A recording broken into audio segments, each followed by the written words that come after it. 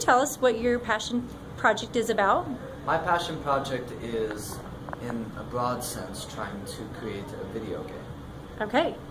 And so you've told us your topic and your creation. So you're going to essentially create a video game in the end. Correct. Is that your goal? Okay. How did you come up with this idea? This was actually something that I've been passionate about for a while. Back in 7th grade, I actually wanted to create one, and I've off and on done research and tried to do this on my own, but I haven't gotten too successful. But this project gave me the resources necessary to actually follow through with this. Okay. So if you were to say, like, what the most important thing in your mind is for other people to understand or know about this type of project, what would you say that is? The most important thing for people to know is that this is something that you are passionate about and something that should be taken a little bit seriously, because you're getting the resources and you're getting help to work on something that you're passionate about and could possibly do, in the future a lot more as a hobby, a source of income, other things. Okay. And what do you feel that you've gotten better at since you have started this project? Since I've started this project, I've been able to figure out how to research and how to come up with the resources necessary to do my project, as well as learn the information that I need to fulfill it. Okay. And I'm going to backtrack just a little bit. You said that you had initially thought of doing something like this way back in 7th grade. And what stopped you from pursuing that idea? Do you know what that is? It never really stopped. I Okay. kept trying, but I couldn't actually fulfill it. I went on a lot of different websites trying to figure out how to do what I was planning on doing, but I just never got to the point where I've gotten now. Okay. And how would you compare this type of learning, which would be PBL type learning environment, to other methods used or other ways of learning? When you grow up, you never stop learning. Once you get out of school, it's not like you're going to stop learning. You're going to have to learn how to learn stuff on your own without guidance. This is a great way of learning how to guide yourself in research and how to learn what you need to without someone holding your hand doing it. Okay. And one last question about your project and specific project. Do you see yourself being able to complete this project before the project deadline is comes, or is this something that you plan to continue? This is something I plan on continuing. I'm definitely not going to get to a point where I would consider it finished by the end of this project, the end of the school year, but I will probably have a rough prototype or maybe just an example project that I'm turning in just to show that I've done something. Okay. And you will pursue, continue to pursue and create the actual big, creation that you intend to. Yeah, it's going to take years, months. I'm still going to continue it and make something a lot larger. Awesome. Thank you so much for your time.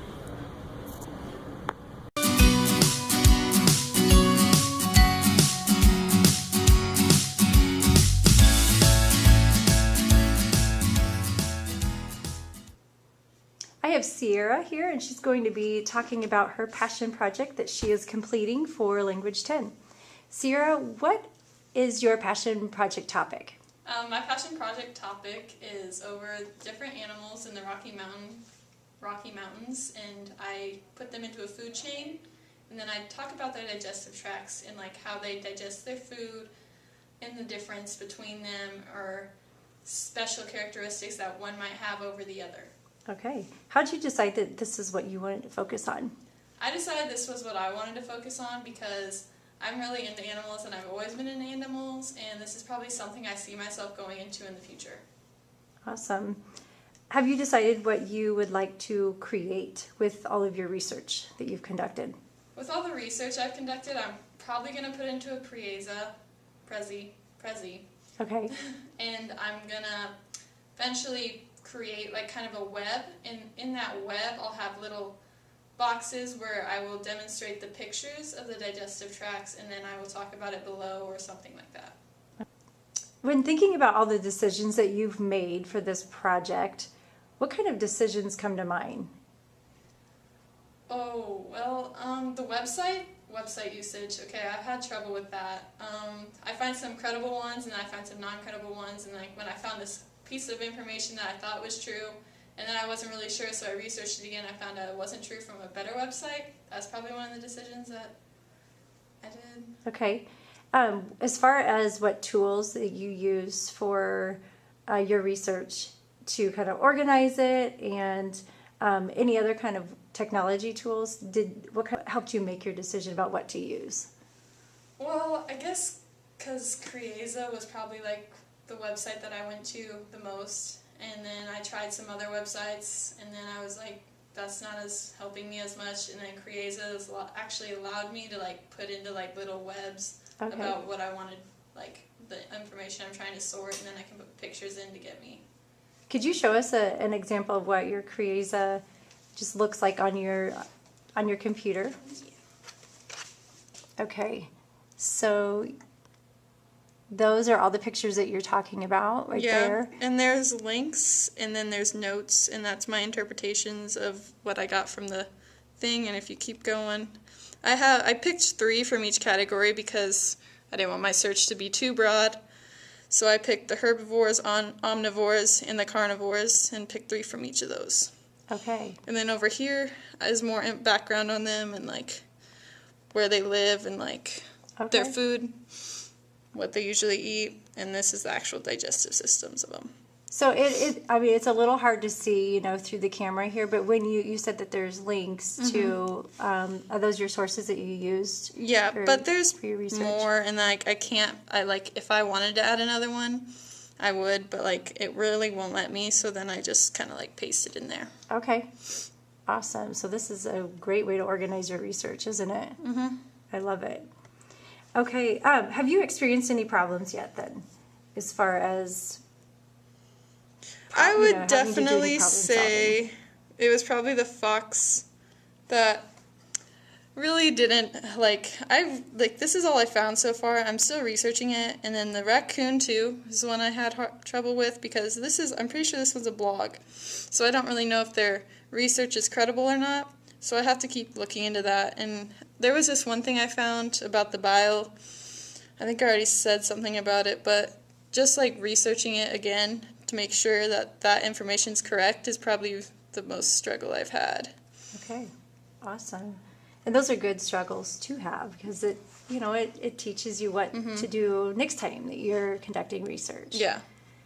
Do you feel that you've gotten better at certain skills or just certain things throughout this project? I feel like I've gotten better at research, definitely. And probably, I don't know, looking at tools. I mean, I guess I've looked at a lot of tools to help me like organize it and how to present it, and then I've been watching some stuff. And then there's these videos that I've been watching about these animals to help me further understand what's happening. So I feel like, yeah. Okay. Yeah, that's a lot that you've gotten better at then. How would you compare this way of learning, which would be considered project-based learning, where you decide what you want to learn about, you make the decision of how you're going to learn it and what you're going to do with that learning as far as a creation? How would you compare that type of learning to other experiences that you've had in other learning environments? I would say this type of learning is more beneficial for me personally because this is something I really see myself going into the future, and this is something that I want to learn more about before I actually move on to college. That way I have a better understanding, and then when I get to college I'm not totally lost. And this kind of learning, it helps me personally teach myself. It's hard to explain, but I feel like I'm teaching myself and that I don't necessarily need somebody babysit me all the way through my research or what I'm trying to do or tell me exactly what to do. Wonderful. Thank you. Is there anything else that you can think of that you think is important to share with the world about what you're doing and this project in general? Just don't get frustrated. Okay. Yeah, because I've gotten frustrated with it a couple times, and I just kind of like chilled for a minute and then I realized it's okay. Okay. Thank you so much for your time. Yeah.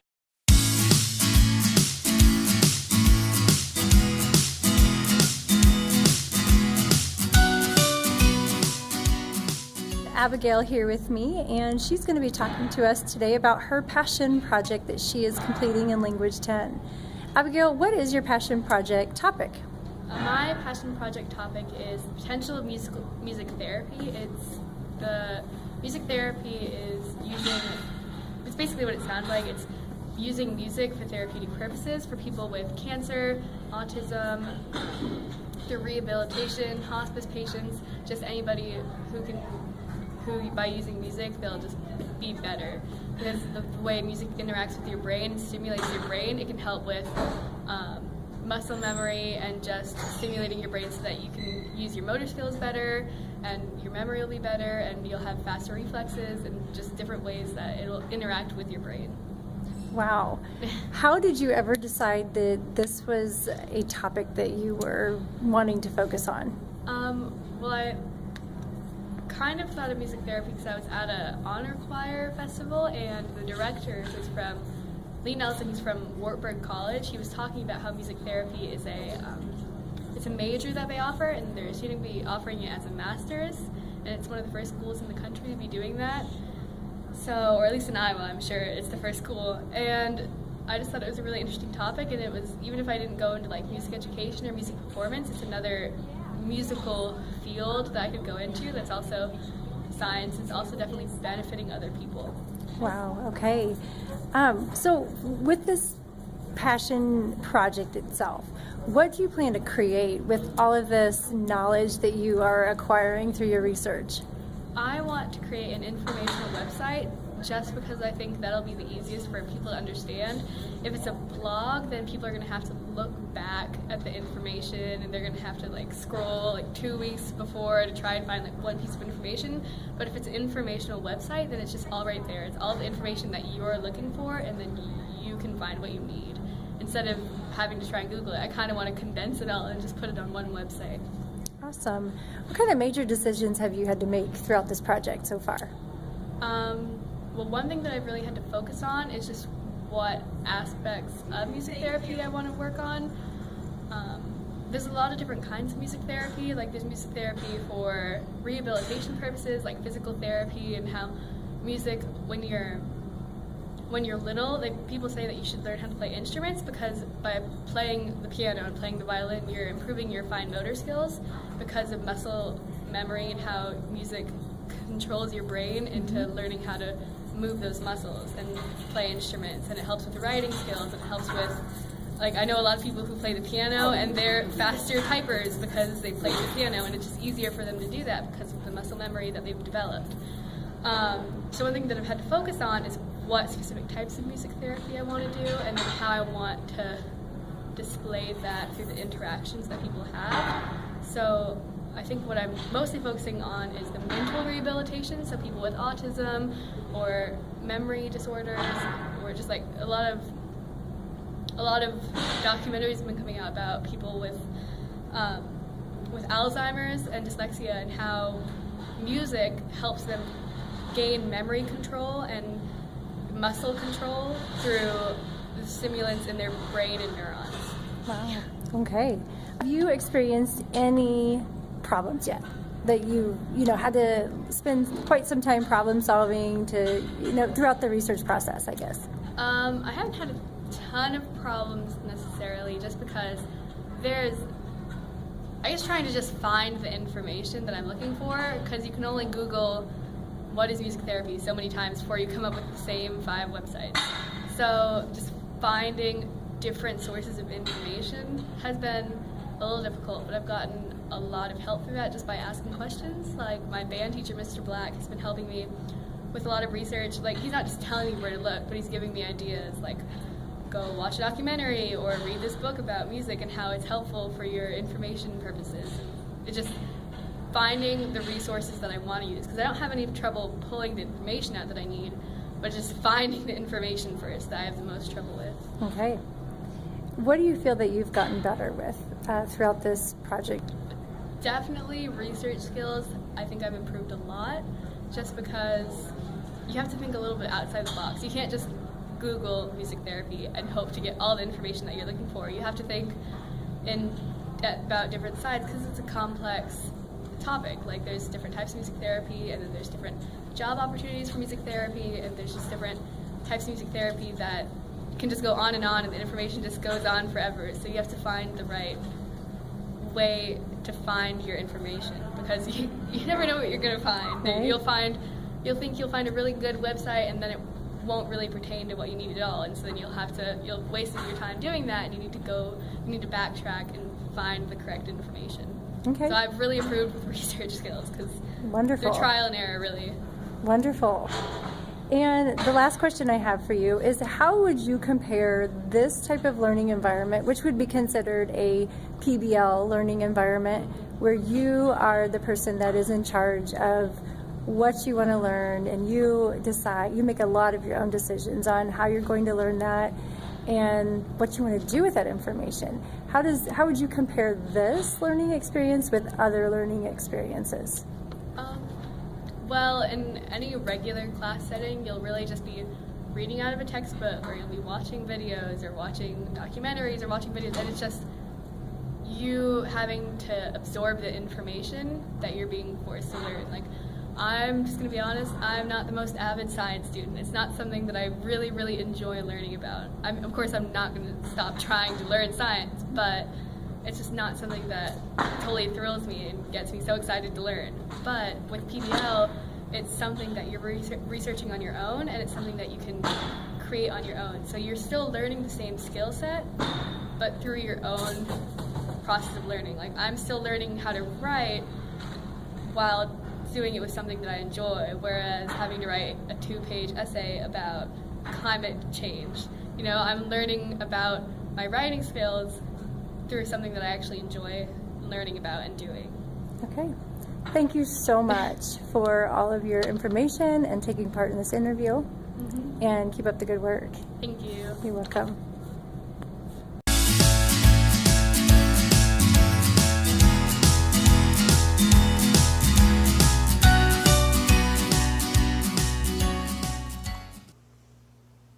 I have Emily here with me, and we're going to be discussing her passion project that she is in the process of completing in Language 10. What is your passion project topic and your creation idea? My passion project is how to stay positive in the worst situations. Awesome. And how did you decide that you wanted to learn about this topic? Well, I've always been somebody that could be positive in the worst situations, and I just learned that this is how I can write it down. Okay. How did you decide that, or what did you decide that you wanted to create with I'm this? going to create a blog that links everything together and shows all of my thoughts. Okay.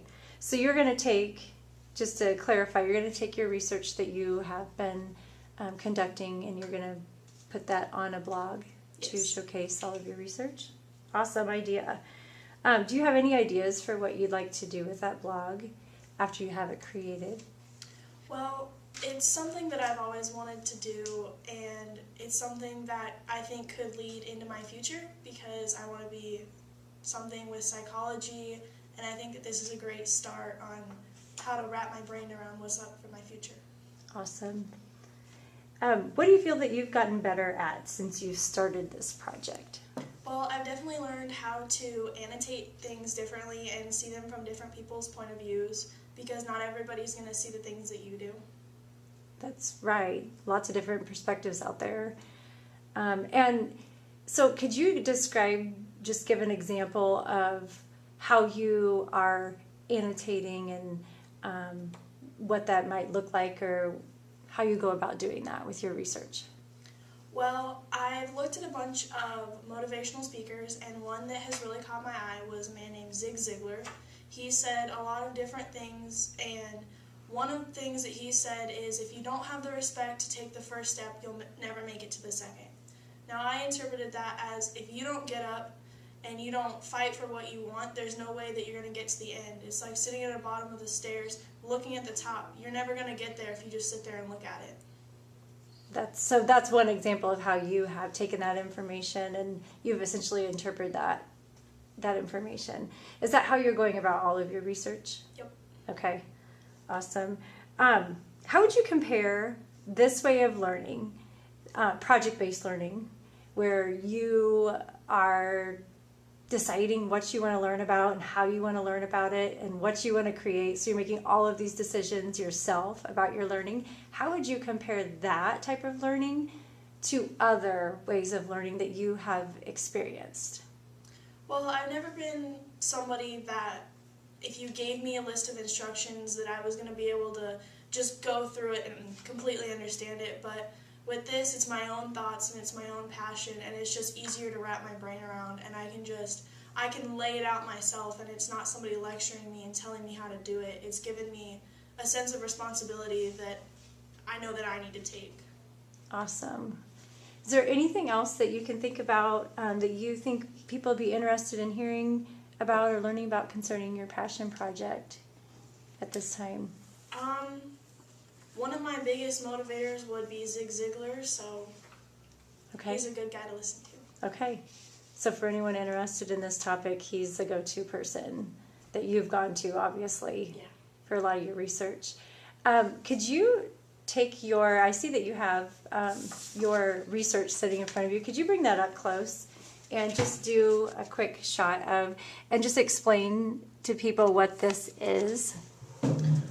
Well, this is where everything starts. Then it branches off into different Zig Ziglar categories. This is his on motivation and attitude. The green up here is all of his attitude. It starts off with his quote, and it branches off into my interpretations. Then it goes to his quote, my interpretations, and other thoughts that links to it. Here's his motivation. This is one of his quotes. This is my interpretation along with this. This is one of his quotes, and this is my interpretation. Okay. Different things down here are by different authors. And then right here is the chemicals of endorphins. Okay. So the interpretations and some of the quotes, is that what you're going to be posting on your blog, on your Yes. creation piece? Okay. That is awesome. I love reading about your thoughts and your interpretations. It really gives anyone reading your work a good understanding of the type of research that you've conducted and an insight into this world of psychology. Thank you. Yeah, you've done a wonderful job. All right, well, thank you very much for your Thank you. time.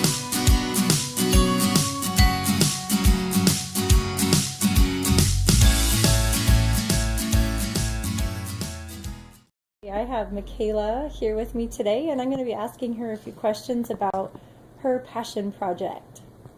Michaela, what is your passion project topic and your creation idea? I'm doing photography, and I'm making like a website, but I'm using my own pictures.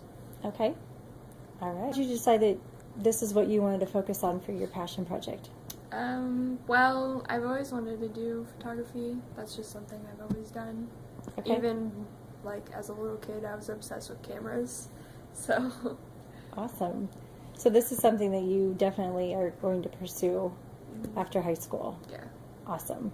How did you decide what you wanted to create? You said you were thinking about creating a website.